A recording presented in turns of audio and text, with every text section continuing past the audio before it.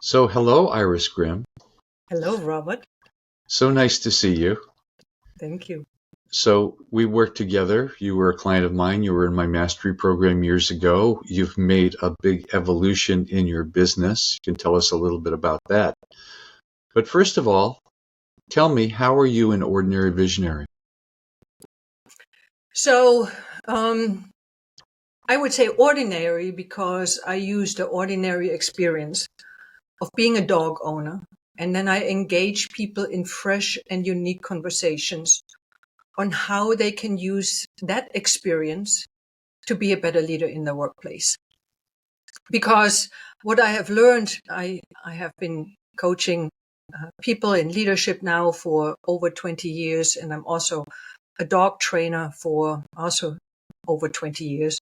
I've learned that there are a lot of parallels between canine and also corporate leadership, which then allows them to embody greater leadership traits, no matter where they are. It's at work, at home, and basically everywhere else. And then a visionary, because with my program, which I call Dog on Leadership, I really want to accomplish several critical results with this program. Of course, at first, I want to help people to thrive and succeed in their role as a leader in their organizations. Because, as you know, leadership nowadays requires a vast variety of skills because we work with a variety of people. Sure. Nowadays in teams, you have people of different cultures, different generations, different upbringings. And so as leaders, we have to adjust our style to bring out the best in them. And then I also guide people to empower them to create a more harmonious life with their dogs. Because there are dogs who sometimes live a very isolated, destructive, or even anxious life. And people don't really know how to do and how to fix it. And I'm here to tell them through this program, while they're learning to become a better leader in the workplace, that they also have the keys to change the behavior of their dogs by adjusting their leadership style. And considering that American shelters these days are overcrowded, it's been worse than it has been before the pandemic. Nowadays, thousands of dogs every week get euthanized because they don't have homes. The shelters are running out of space and people just abandon their dogs for various reasons. We have a crisis. And so with my program, I also want to help to ease that crisis in this country. And then my third vision is that I'm striving for is that the people who attend this program and deepen their understanding of leadership, that they will then also go to an animal shelter or a rescue group and adopt a dog from there rather than go to a breeder and get a puppy. And why? Because, as I said, there is this crisis in the country. But then the second one is also when you take in a dog that maybe somebody else sees as broken or there is something wrong, that is actually an opportunity to strengthen leadership, to strengthen determination, to be consistent, to never give up, and to learn something about yourself as a leader, but also about the dog. Because in the end, my belief is, and again, whether it is in a company or whether it is with our dogs at home, when we intend to bring out the best in others, they bring out the best in us. Well, that's a whole bunch of stuff to consider. Leadership, dogs. It's a lot of stuff. And just before we started the recording, I was talking about my experience with you about my dogs, and you shared some interesting things with me. I have these two cute little white dogs that are just the love of our lives, and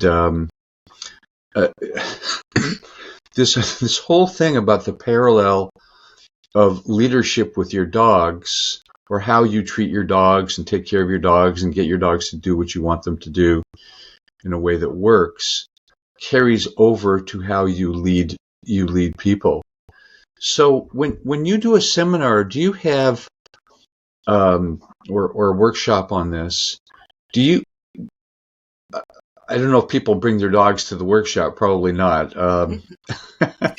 That would be too chaotic. Would be fun, but not a lot would be learned, Yeah. right? All the dogs would be checking each other out, going all anyway. So, what are? I'm sure there's sort of foundational principles that you teach Hmm. in this program, and I'm interested to know what some of those principles are. What's the first thing that you teach people and have people have an aha about regarding leadership and how it relates to dogs? Yeah. Well, it starts really first with the definition of leadership, which to me is, and that is a definition that I've learned from Al Ritter, our mutual friend many years ago, that leadership is the equal commitment to results and relationships, never compromising one for the other, right? And that applies in the workplace, and that also applies at home with the dog, right? In the workplace, it's about bringing the best out of our people, our staff members, so that together we can accomplish the results of the growth of the business. With the Right. dog, it's about developing the kind of relationship together so that our dogs feels secure and safe at home, and we are creating a harmonious life together. Because I believe that if somebody comes home, has to be afraid that maybe their dog tore something up in the house, or, again, that the dog maybe sits in the crate for 14 hours, or maybe the dog is anxious that they are having to give the dog all kind of medication, that is not harmony in the house. But at the same time, as leaders, we always have choices. And especially with dogs, because, dogs are, I always say, they swim in our emotional soup. And they are a reflection of our leadership. Just like in companies, as they say, people don't leave companies, people leave leaders, people leave bosses. And in the emotional intelligence world, they have proven that, the leaders are the emotional thermostat of the team. So, leadership also always points back towards us and who we are being, the energy that we are bringing, the emotional intelligence and maturity that we are bringing to conversations, to relationships, but So also the attitude. let's get into some of those specifics. And can't help but saying, because I was just watching this last night. Excuse me. I don't know if you're a Star Trek fan, but I'm a big fan of Star Trek, and the most recent one of the most recent shows is Star Trek Discovery. And in the final season, season 5, there's a relationship between the Captain Burnham, who is a woman, and her first officer, who she took on after he got demoted from being a captain. And because he was a very strong leader in terms of getting stuff done and solving the problem and etc., but very terrible on relationships. Yeah. And there's some Yeah. really, really interesting scenes. And you can look at Star Trek, or at least this particular season, as a series of lessons in living a wise life, leadership, discovery, all these things. It's amazing, all the subtext. But Yeah. I kind of see that with and I'm kind of a person that I can relate to that character, because I'm someone that just wants to get stuff done. Let's do this, and my wife just loves that, of course. You're right. So what are some of the mistakes, emotional mistakes that leaders make that I don't know, make their staff, their employees, not want to be loyal to them, not want to be motivated? I mean, I think we probably see that a lot. And I'm Yeah. sure that, so what are some of those mistakes that people make? Well, it's, it starts with being impatient with people. It starts with having expectations. Impatience. Impatience, right? It has something to do with having expectations of them performing a certain way, but these Yeah. expectations have never been verbalized, right? It's all in their head. And then if the employee does not meet it, they are getting upset and they are blaming the employee rather than saying, well, how do I need to change my communication style? What did I miss here as the leader, right? It always comes back to who am I being? What is my responsibility here? Because we can't expect to change for somebody else to change if we are not willing to change and grow as well, right? And that is with people in the workplace, and that is with our dogs at home. Can you give me a story about how maybe you worked with someone, you talked about this, they had an aha, some changes were made. Do you have In regards to with the dogs, yeah. I mean, I had once a well, client. or with people? Oh, yeah. Well, I had, it's. I had once a client who has a dog, and we started working just, leadership coaching, leadership development in his business. But, one of in my initial conversations, I always ask, tell me, do you have a dog? I just want to know, do you have a dog, right? And this gentleman had a dog. His name was Jake, and so in one of our conversations, I said to him, tell me a little bit about dog, Jake. And so he was telling me, oh, he's a really good dog, but he tends to jump up on me when I come home, and that is really annoying. And I don't know how to stop it and this and the other. So I asked him at the time, I said, pay more attention to what's going on your end when he is jumping up.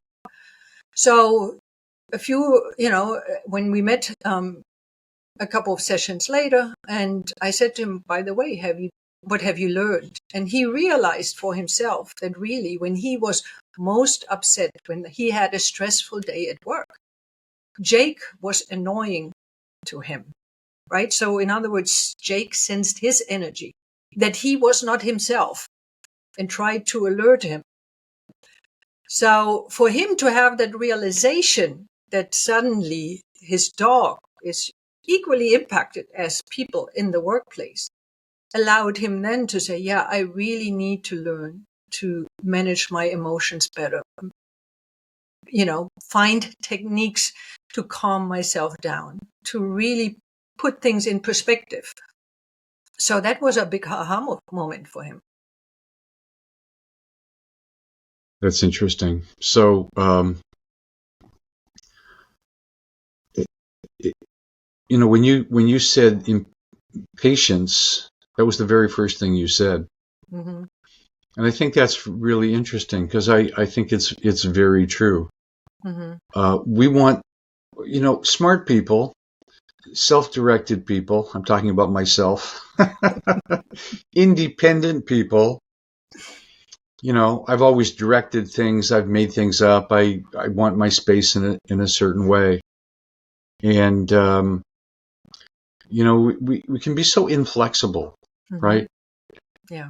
We want it this way, and if the people that you live with or your employees aren't, they become the victim of that in a way. And Yeah. we've seen that in movies, and we've seen it in life a million times. Mm-hmm. And just like the Star Trek show, I mean, it's just a perfect thing like that. This guy Yeah. is just Yeah. not relating to people. He's not interested in relationships. He just wants to get the job done. Yeah. Yeah. And they don't fall Yeah. together as a team. Yeah. And not only that, we are not looking at ourselves and say, who do I have to become? Right. But we are blaming Yeah. the others. And, a Yeah. good example is, going back to the dog world. Let's say I take my dog out. My dog is reactive on the leash. When my dog sees another dog, right? My dog barks, gets crazy. Of course, I feel bad about that. I don't know what to do and how to control it. So what sometimes people do is they say, I can't take my dog out anymore. It's the dog, right? So I feel uncomfortable. I don't know how to fix it. So the dog stays now at home and doesn't go out for a walk anymore. I just walk on my own. Then the dog develops a different issue at home because the dog doesn't get the mental and physical stimulation of being out for a walk. That's what dogs need. So again, Yeah, really. by me not looking at myself and saying, what do I have to learn here? Who do I have to become so that my dog feels safe on my side? So that my dog knows what kind of behavior I want from my dog, right? When I don't do that, I don't have any power to change. You know, I don't know what I do with our dogs, but when we take the dogs for a walk, all our dogs love all other dogs. Mm-hmm. Love them, love them, love them. Mm-hmm. And people as well. Mm-hmm. So they always come up and say hello to everybody and go nose to nose with every dog. And they're small, so they're not intimidating in any way. Mm-hmm. They'll go nose to nose with a dog that's 10 times bigger with them, Mm. like big huskies or something like that. So it's really Okay. funny. Yeah. I just want Yeah. to say hello, hello. So, but as this relates to uh, uh, people that we work with, one of the things that's an issue for leaders is not just me getting along with my staff, but having my staff get along with each other. Mm-hmm. Because we can have staff or employees that are impatient or grumpy or demanding or, all these negative human traits. Mm-hmm. So, is that an issue? How do you address that kind of stuff? Because you want people to get along so that they can work productively, enjoy working with each other, produce a result, and love going to work. Mm-hmm. I mean, wouldn't that be great if that was true for everybody, if they just loved going to work? But that's not true for a lot of people. That is not true for a lot of people. And if you think about it, it's not oftentimes that it's the other people that are the issue. It's oftentimes my own thinking about the other people that is the issue. And Right. oftentimes we are not taking the time to really getting to know the people that we are working with.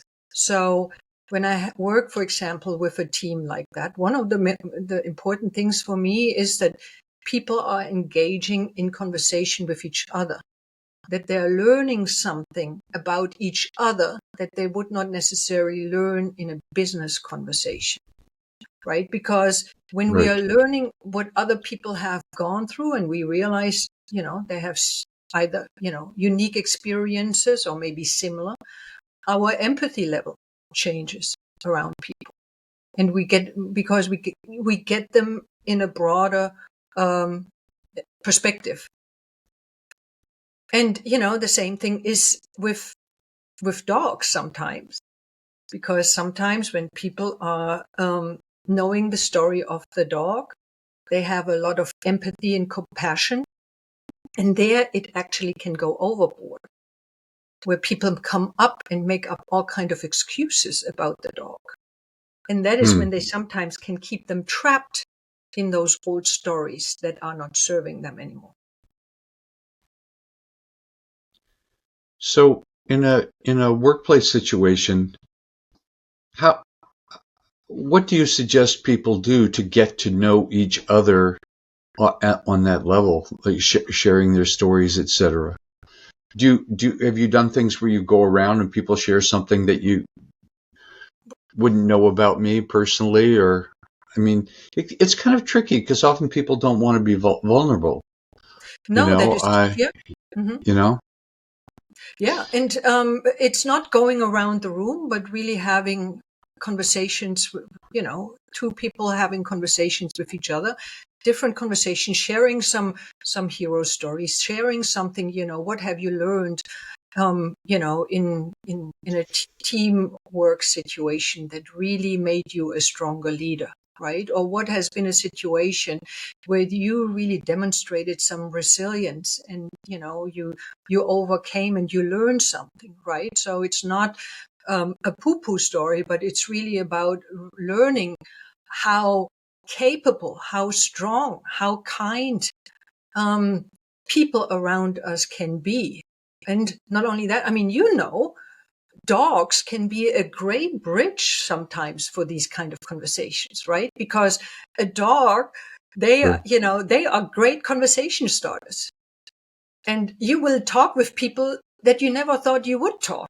And once you start talking with them, you say, oh, that is really a nice person. I never would have learned that about them if my dog had not initiated this. Yeah. Well, I walk my dogs around my neighborhood, and I've met all my neighbors because of my dogs. Mm-hmm. Mm. So it's not exactly rocket science, No, no. but I've met a lot of people that way, and a lot of people know me because I always walk my dogs in the afternoon in Boulder Creek. And Mm-hmm. anyway, it's really enriched my life. Yeah, yeah, yeah. So tell us some other leadership secrets that dogs can teach us. So, leadership secrets. One of them is, for example, it is the importance of communication, and not only communicating with our um, with our mouth or verbally, but really the nonverbal communication. And again, that is a great tool when people have a dog at home to really start paying attention to the nonverbal communication that dogs are having with each other, or that the dog is having with you. Because that is something that we then can translate into the workplace. Because as they say, supposedly our communication, 7% is only verbal. The rest of it is nonverbal. Body language, tone, gestures, facial expression, all of that, right? And so it's not only what people are saying, but it's also how they are saying it and what their body is speaking when they are saying that. So again, that is a great thing that we can learn from dogs. Not only that, just because a dog barks doesn't necessarily mean that they are aggressive, right? It's listening beyond the bark and Yeah. really getting in touch with your own intuition to decode what the dog is saying. And these are all little skills that we then can use when we are in the workplace, when we are communicating with people, so that we are not communicating also just from brain to brain, right? And that is what oftentimes happens. I always say when people are going to the workplace, they button themselves up and they function from the neck up, right? Right. And Exactly. when they come home, it's like they're opening up their heart, right? And sometimes this is staying behind. And there has to be a balance Yeah. in the workplace and with the dogs. It seems to be easier with dogs in some ways. That dogs like to be touched. They like to be petted. They like soothing voices. They love to be given treats. I have a ritual every day. My two dogs come and I give them a treat every day. Mm-hmm. And if they come in and I'm busy at the computer, Dylan is sitting on the chair here, and he starts to bark at me because I'm not giving him the treat fast enough. But after I give him the treat, sometimes he wants more treats, Mm-hmm. and so I come and say, "Okay, that's it, no more. It's okay," and then he calms down. Mm-hmm. So that's easier with dogs, it seems, than human beings. I mean, what's not really acceptable in the workplace is to come and touch and pet our our employees. You you you know, every once in a while hugs are okay, but it just wouldn't be taken right, where Right, it just right. is Especially hard. nowadays. Yeah. Oh, especially nowadays. Yeah. So but I try to be warm with my dogs, and it makes me feel warm with them because they're just Mm-hmm. so wonderful and loving and sweet, et cetera, et cetera. Yeah. But humans are much more prickly and more easily offended, and they're judgmental. They've got so much going on, and to so and I just keep thinking of this Star Trek thing about how the captain really worked with this other person. Almost every episode there was some incident, something, and she was very firm but also very kind.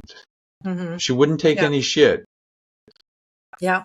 but she didn't Yeah. yell and scream at him. She Right. she talked to him very calmly and clearly about, this is how we do things here. We do Mm-hmm. not do that. Yeah. We do not Yeah. we do not get angry and lose our stuff when Mm-hmm. things go wrong. Just the way, so that sort of calmness and firmness and intelligence of her as a leader is just really inspiring. And we learn more and more and more about that character. And he doesn't change overnight. It takes several of the shows in that particular season, and we discover certain things about him, about why he's like he is, and which Mm-hmm. is very, very interesting. So, Mm-hmm. I don't know. I'm kind of answering my own question, but you've got to be, you got to, And you got to treat people like a dog, but not exactly like a dog. I mean, kind, patient, mm-hmm. listening, understanding, appreciative. Mm-hmm. You Mm-hmm. have to make that a priority, as opposed to get this stuff done. Yeah. And it's not one or the other, right? It's not two polarities like, okay, Yeah, I hug you or not hugging at all. There is something in between, just like with dogs. Some dogs don't like to be hugged. Some dogs prefer treats. Other dogs like if you play the ball. Other dogs love if you talk to them sweetly. So even dogs have their different preferences, and so do humans. But we are doing it by observing them, right? It's not like this is my way. I like treats, so therefore I give everybody else treats. yeah, No, it's paying attention, listening to people's stories, right? Listening bet- between the words, right? And then slowly finding a way that works for them. And again, that's why I say nowadays, back in the days, 50 years ago, our grandparents, they didn't have coaches. They didn't need all of that because the workforce was more homogeneous. right, Nowadays, we have people with so many varieties that we as a leader have the responsibility to bring the best out of all of them. And I can't do this with one size fits all. right. So it's complex. It's challenging. It's It's challenging, yeah. emotionally, draining in some cases. It And we're can just be. talking, we're just talking about good, competent people. I mean, um, even those people are difficult because we can have expectations that you do things in a certain way, no matter who they are, even if they're smart, intelligent, capable people. Yeah. But then you get people that are behaving badly, and just like you have dogs that are behaving badly. Yeah. And what do you do with people that are behaving badly in the workplace?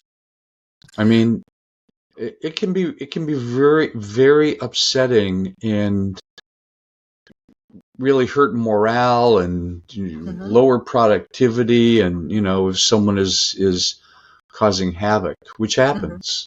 Mm-hmm. Yeah, it is. And the first question always is, do they see that they have a responsibility? Are they recognizing that there is room for improvement? And are they open-minded and willing to grow? And if that is the case, you know, anybody can improve, not overnight, but, 2% or 1% at a time. It's a process. I mean, they didn't get there overnight. We won't fix it overnight. But again, Right. to have then a coach by their side, who reflects situations with them, who shares with them some methodologies or principles or tools that they can use in those moments to stay emotionally calmer, to be aware what is happening inside here and how that then gets is reflected out. And anybody can change. And as I say, you can teach an old dog new tricks. Right. Do you find you have coaching clients, right, that you work with? Yes. Do you find that the ones with dogs are easier to work with than the ones without dogs, or is that? I mean, it's easier for me in the way of that I can use a lot of analogies also in our teaching, just like what I do in our group programs. And not Right. only that, I also ask them to do certain exercises with their dogs, right? To practice something, to practice, Right. because again, it's not like, okay, now I'm going to go to work and I put that chip in being a leader. No, leadership is an attitude and, an emotional maturity that we bring into every situation. It's not a role, it's a behavior, it's a skill, it's a way of being, how we are showing up. And so when they have a dog, that also allows me then to play with them in that arena and say, all right, so, let's tell me about your situation with your dog. What do you want to improve there? And then using that as a learning and reflection to say, all right, now, how is it similar in the workplace of what you're experiencing, and what have you learned here with your dog that you now can also apply in the workplace? And so Very it sticks interesting. differently in the brain. It's As you're talking, I can't help, having pictures of issues that I have with my dogs or things that happen with my dogs. And, Dylan, I told you before, my one little dog, I use a short leash and she walks beside me on my left-hand side, and she has kind of short legs and she just does that and she's fine. The other dog, he's everywhere. He goes across the street and back and forth. He has a long leash because I just can't keep him on a short leash. But it's one of the things he does that's really funny. I'm walking along and he smells something in the side, a bush or something. And then I tug on him and he stands there like this. He goes, I really want to explore this, Daddy. And sometimes I just, okay, it's enough already. Come along. And if I pull him, finally gives up on it. But it's so funny how he really wants to explore that thing. And I'm sure that's true with employees. I mean, some people, an employee, I want to do this project. I want to do this thing. And, and he's very happy if I let go of the leash, or I go over with him. He sniffs at the bush. Of course, he has to pee on every damn thing on planet Earth. But that's his way of interacting with him, being interested in that. He smells other dogs and something is interesting here. So something about encouraging the interests of your employees. Yeah. I'm sort of seeing that as sort of, he's like my employee and I'm encouraging his interest in whatever the hell that is. Yeah. Yeah. Because, in the end, and that is something that I see often in companies, is where on the one hand, leaders, business owners want people to step up and show some ownership. But then on the other hand, they keep them on a short leash. Yeah. Right? And they want you to step up in the direction I want. You don't want, if they go over here, well, I'd like to do this project. Yeah. How do you deal with that? How do you deal with that in a way that you can stick with the purpose of the company? And you work with a bakery and the guy says, I'd like to make a different kind of bread. No, we make this kind of bread. I mean, whatever. Yeah. Well, but then the question really is to say, let's have a conversation. Let's maybe see, let's explore whether there is a market gap that we have not even figured out yet. right? Yeah. Yeah. And to have a conversation and to collaborate, because, as you know, if companies are not innovating, they are falling behind. And if a business owner or a leader believes that they only have the answer and everybody else is just a soldier, the people that really have some ideas some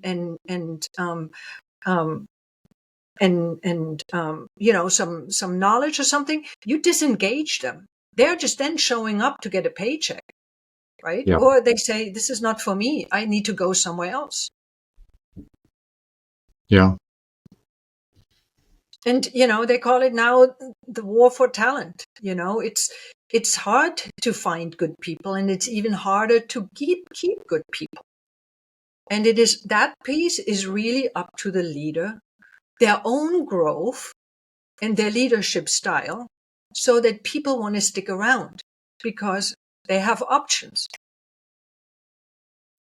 Yeah. I think of what's happening with Elon Musk and Tesla.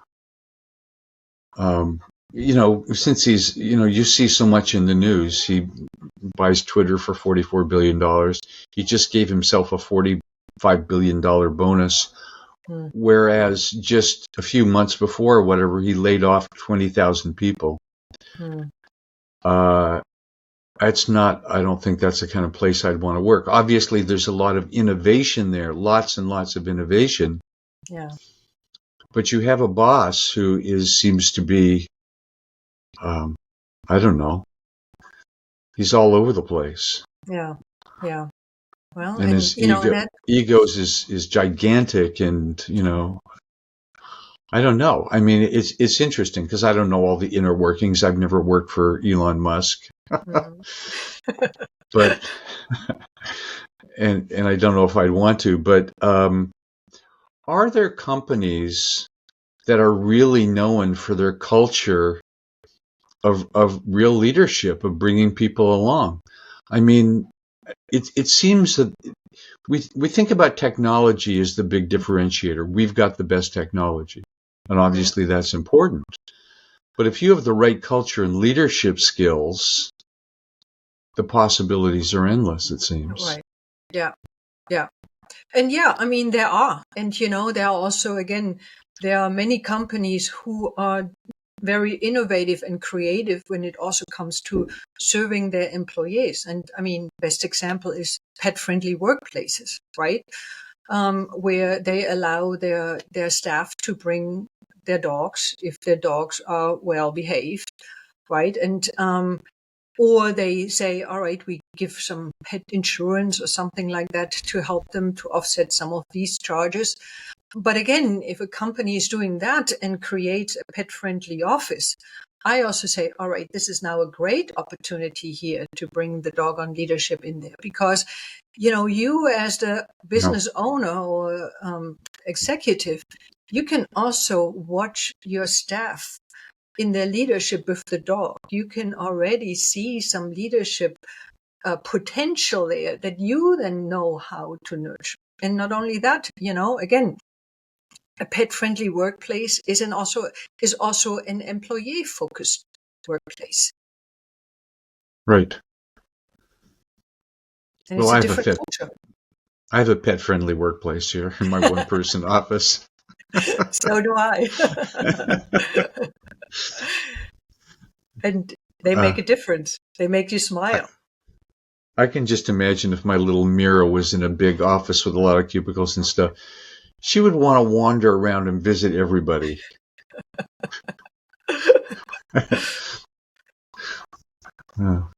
Making friends with. Again, there even that is of value to everyone, right? And it's up to everyone to pull that out for themselves, because in the end, we are also responsible for our own experiences. So, what are some of the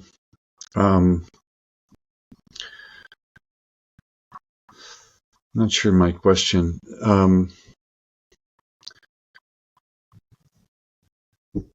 some of the biggest breakthroughs clients have had working with your methodology of working with leadership and leadership with dogs? I mean, what are some of the another story or example and how this really applies?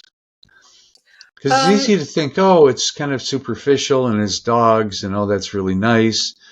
But I see it's really deep, the emotional connection with people and bridging that gap and understanding and learning from it can really be powerful. yeah, yeah. And, I mean, if I just go back to, for example, Jake's owner, he had to learn that it was really not anything that he has done, but just his energy and how he showed up. And not only that, then in the conversation, even with his staff, he even learned that they are noticing it and feeling it. They just never said it or even dared to say it. So oftentimes the dogs can be a greater motivator for change for some people. Than if you just said, all right, you now need to do this because people complained about you, right? Especially when you think about the leaders that are advised to do some kind of coaching or training because they have gotten into some kind of trouble.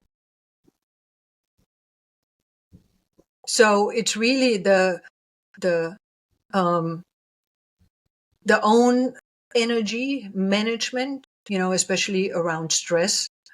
Another piece is really about anxiety, but then the other piece is also is really how our language or how our words create our worlds, right? And how I am perceiving, how I am labeling somebody else, how that has an impact of how they are showing up for me. And again, that is something that you see in the dog world with people, and it is something that you see in the business world. And So so when it what's the connection and parallel there? um, the connection really is really that, for example, if I am number one is, let's say you're getting a dog. As I mentioned to you also earlier, is like looking at them as a clean slate, and you slowly what is it? Method Methodically? methodically, right? Methodically, getting this dog to a place where the dog feels safe, where the dog understands your language, where the dog responds to your commands, etc. And you have some harmony in the house. Same thing is in the workplace. It's not, I just put you here, here is your laptop, here is your ID, now you go figure it out.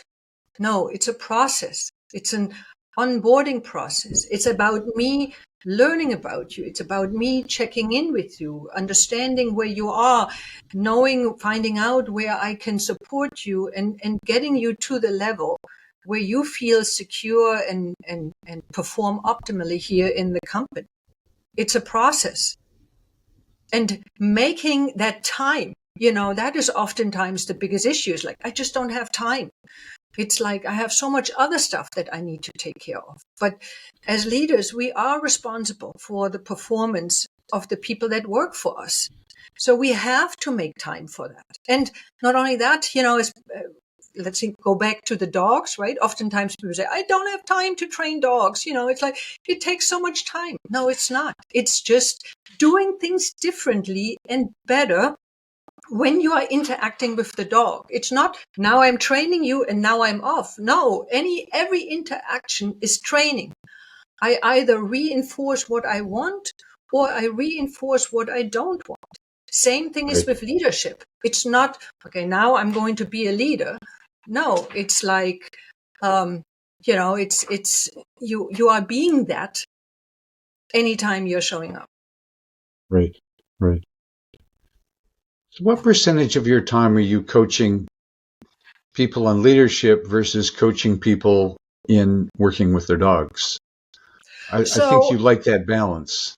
I do like that balance, and I like bringing merging both of these worlds together. And again, not everything that I'm coaching my clients in one-on-one can be, or dogs can't be applied, and dog stories can't be applied for every situation that people experience in the workplace. So, depending on what they are working on, I would say maybe 30% that we bring in some dogs. Again, if they have dogs, if they don't have dogs, I don't even mention it.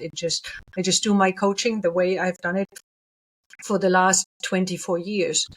When I do Right. group training in companies, that is where I only do my dog on leadership, because it's a unique way. And again, I think you started it at the beginning, but we didn't talk about it, where it's not that people bring their dogs there, because then it would be too chaotic.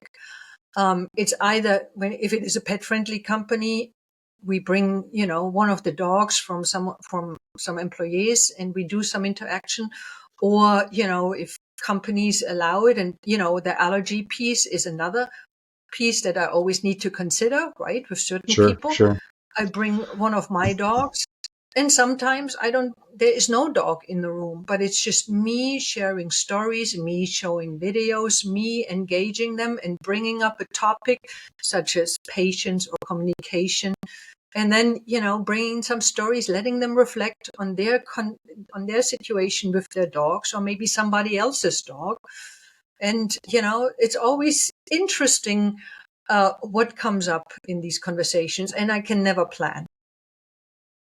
You never know what's going to happen, I right? never know what's going to happen. Well, the thing that I think that's interesting, and I look at things from a marketing perspective, and what you're doing is different. And I don't know anybody else that's bringing this in, but it seems like a very powerful, natural kind of thing to do. I mean, really, and most people, a large percentage of people, I think, like dogs. Not everyone has a dog, Mm-hmm. but people generally have a positive experience with dogs. It's Mm-hmm. only a small percentage that have some issue where they got bitten by a dog, whatever. Mm-hmm. So it makes you interesting because it's like dogs in leadership. That's just interesting, just like that, right? Mm-hmm. So it's a Yeah. good conversation starter. It's a good conversation starter. And again, I mean, for me, it's something that comes very natural. I like that dance between those two things. And again, as I say, I want to help people in their companies to thrive in their leadership role. And at the same time, I also want them to thrive in their leadership role with their dogs. Right. Well, Iris, it's really been fun talking to you about this. Thank you, Robert. It's Thank you for it's really made me think about inviting. my relationships and how that relates to my relationships with dogs. And Mhm. I don't know, I don't think I'll ever see my dogs quite the same way after this conversation. Yeah. And some of my relationships as well. Yeah, yeah. That's what I hear all the time when we talk about this. And that's the shift I want to make. Great. Thank you very much. Thank you, Robert. Thank you so much.